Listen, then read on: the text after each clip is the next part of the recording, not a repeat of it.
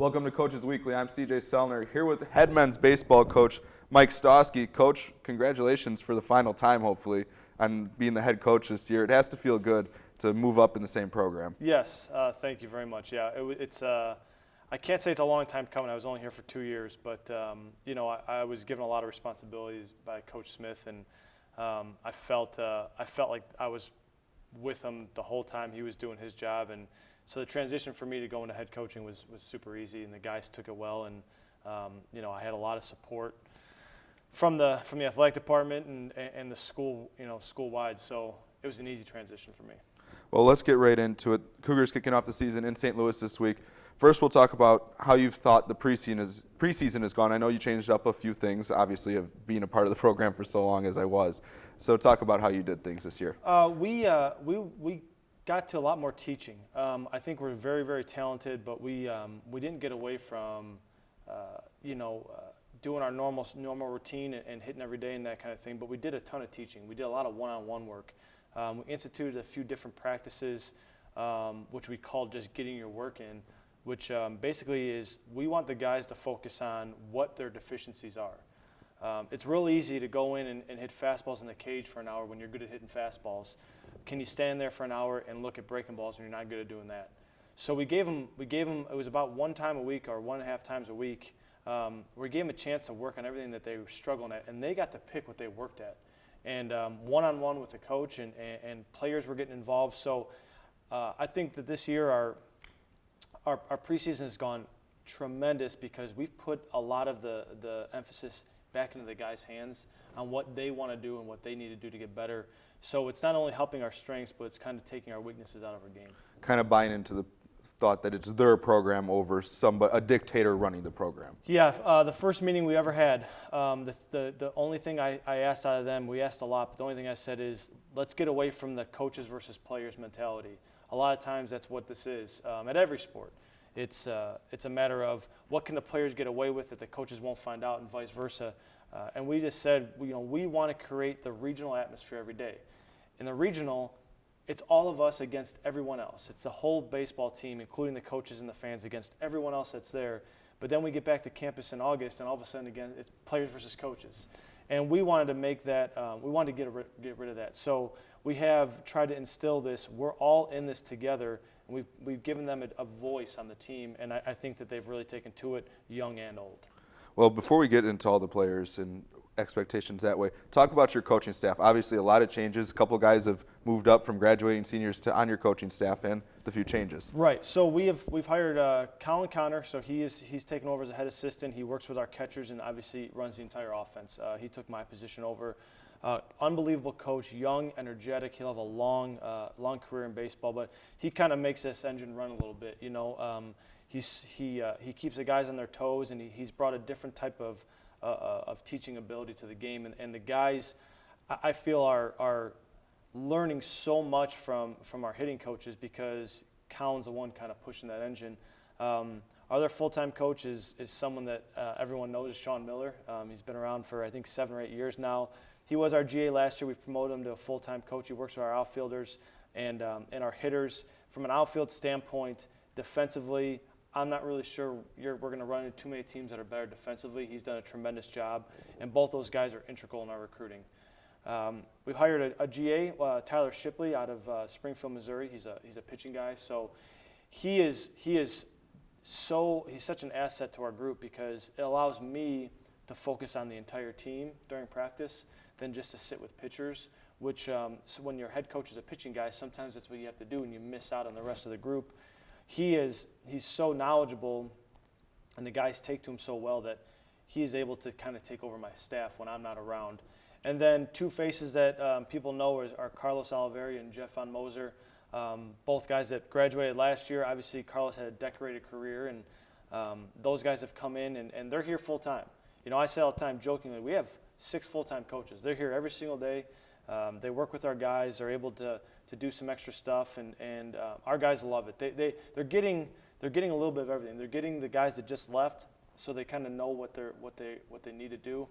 They're getting a new set of people, some new blood that's going to kind of keep them excited. And then obviously I'm the old guy on the staff and the boss, I guess. And it's nice that we can have a good mixture, and we're hearing a lot of voices, but their voices all saying the same thing. And that's what's big about my staff, is that we have been able to vocalize what we need out of our players, and we're not talking out of each other's, everything is the exact same.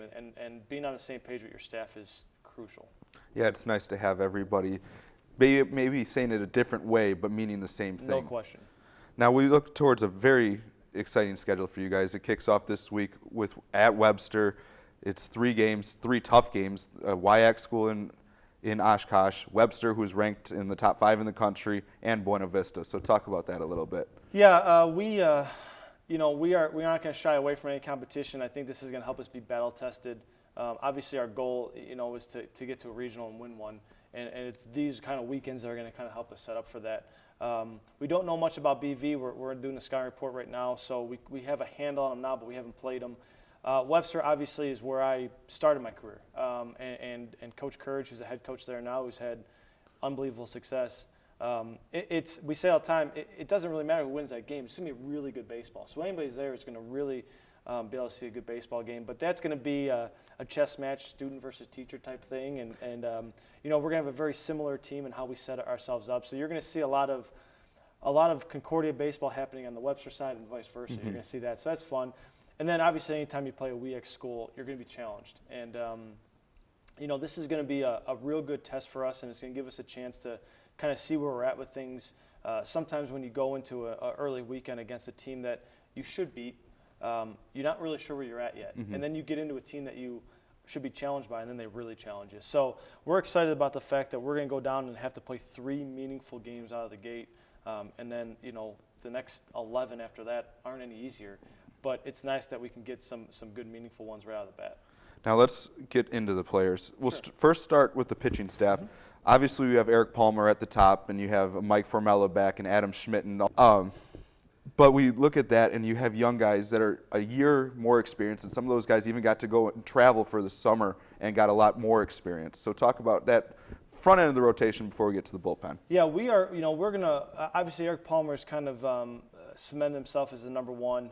There's no surprise there, and him being a full recovery now out of surgery. He's gonna see how much better he can be now. This is the first time he's really gonna pitch healthy in about 2.5 years. Alex Myers is a guy that came in very raw, and now he's pitching for the first time in his life, and that's going to be a really hard for hitters to kind of adjust to, because he has 3 pitches for a strike. Adam Schmidt came in as kind of a first baseman pitcher. He turned into just a pitcher, and then he was an all-conference kid. He's one of those kids that you hate facing on the mound because he's just going to go right at you. He's got no fear. He understands the outcome of the game is important, but he also understands that the process to get to that outcome is really important, and he's really good at that. And then Mike Formella, double hip surgery. He's I always say he's an 80-year-old man stuck in a 19-year-old body, or vice versa. But he has had an unbelievable recovery, an unbelievable preseason, and quite honestly, he would, if this was a 4-game set in this weekend, he'd get one of the starts. As it is, he won't get one of them because it's only 3 games, but he will be ready for the bullpen, and he'll probably be our first guy out if it's a long relief situation. So our front end of our rotation is strong. We got some hard throwers, which is not something we've had typically over the last 2 years. We're still not a strikeout team. I mean, we're always going to pitch to contact. That's what my philosophy is. But we got a lot of guys that can get a lot of good hitters out, and that's what we need to win early and late in the season. Now we'll move to the back end. You got a lot of familiar faces in the back end of the bullpen, and Rob Block and Matt McTagg. So obviously we'll start with those two and then move on to some of the young guys that are going to be key impact this year. So, it's bullpen is how you win games. Now, I know, 20 years ago or maybe even 10 years ago it was starting pitching. Now it's bullpen. And Rob Block and Matt McTagg will be catalysts in that bullpen. They'll be our stoppers. They'll be our bridges. The other guy that's kind of made a name for himself over the last 6 months is Matt Swanson. Matt Swanson was a freshman last year, had some control issues, probably some confidence issues, and now he's been really good for a long time this season. He has been maybe our best reliever in the preseason leading up to today. as far as his live sessions go and bullpen sessions go. So he's going to get the ball early on this season. And we got a couple young guys. You know, we got a couple left-handers. Chaz Schmidt is a Division I transfer. He's a left-hander. He may fall into a starting role, but if we need a lefty out of the bullpen early, he'll be a guy we go to. Ryan Tishka is another left-handed pitcher who I think gave 1 run this whole fall in 15 innings. So he just keeps getting outs. But we have, you know, Nick Barnhill. I mean, he'll be a guy that kind of finds his way into the you know, a spot starter / long reliever. So pitching is not our concern whatsoever. We're very deep, and even the guys that are at the back end that are trying to find their way in would still probably pitch on most other staffs. They're just they're finding their way behind some really good arms. But we have a great mixture of freshmen all the way up to seniors. We have a great mixture of all 4 of those classes in our bullpen. Now we'll go to behind the plate. You got Kevin Coppin back, Brady Roberts back. Both of them saw meaningful time last year. And talk about behind the plate, your leaders behind the dish, plus your freshmen that I've heard that are going to play some time for you this year. Yeah. Kevin Coppin and Brady are both very trustworthy, and that's the word I throw around a lot when I talk about my catchers, because I need them to call the right pitches and control the staff and control the game. So both those guys will get their chances early and will kind of be in the lead of the pack. A couple freshmen we had bring in were Justin Rodriguez and Anthony Fundukian. Justin will probably find his way in the lineup as a DH early on. He's one of our top 3 or 4 hitters right now.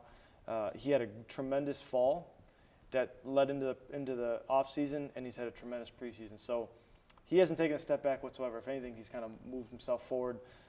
He will catch. You know, he will catch. When we got 8 games in Florida, we're going to need to spell those other guys a little bit. And then obviously everyone's favorite player, Blake Zerkowski, who I mean he has done a great job under Coach Connor's watch. I just talked to him last week about how much better he's gotten behind the plate. He's so much more controlled, and we all know Blake can swing. So if he's able to get a chance and get a few hits here and there, he's gonna be able to keep his way in there. So. Well, now we'll move to the infield. You have a lot of changes. We have no more of the Walt Miller Award winner Richie Santorelli, a 4-year starter.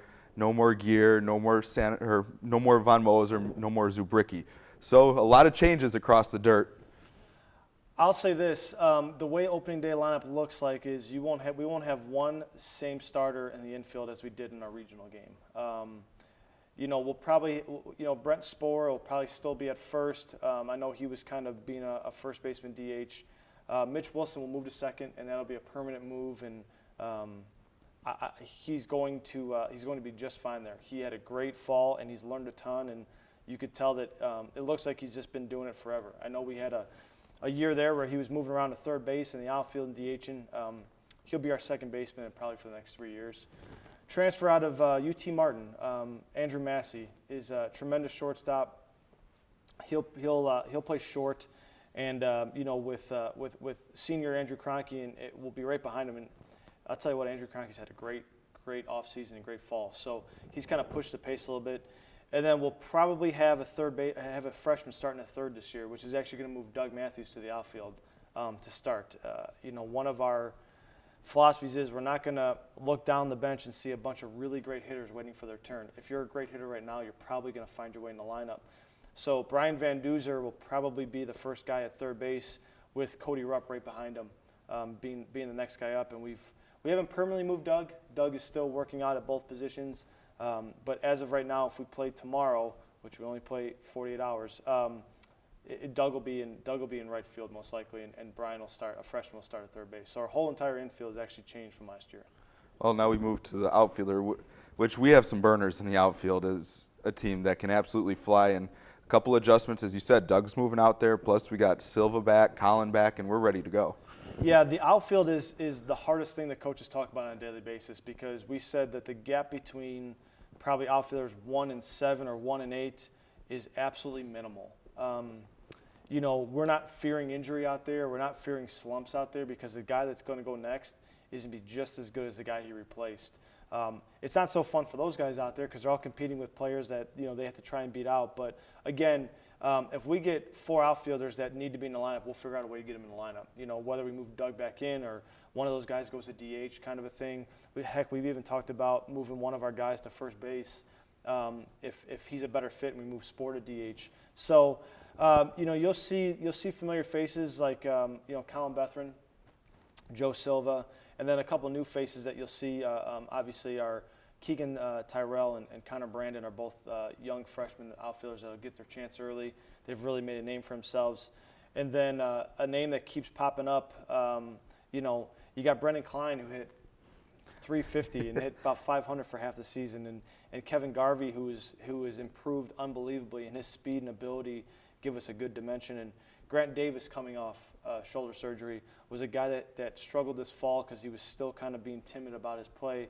Now he's super aggressive, and now he's hitting everything. So, there's a lot of guys out there, not just those guys I named that have a chance. And I mean, Joey Anderson's a guy that had a great finish the last season and is having a good preseason too. That's going to get some chances early. So we have no shortage of good players in the outfield, and a lot of them can run. So obviously running is important to us, but defensively we're not going to see too many balls drop.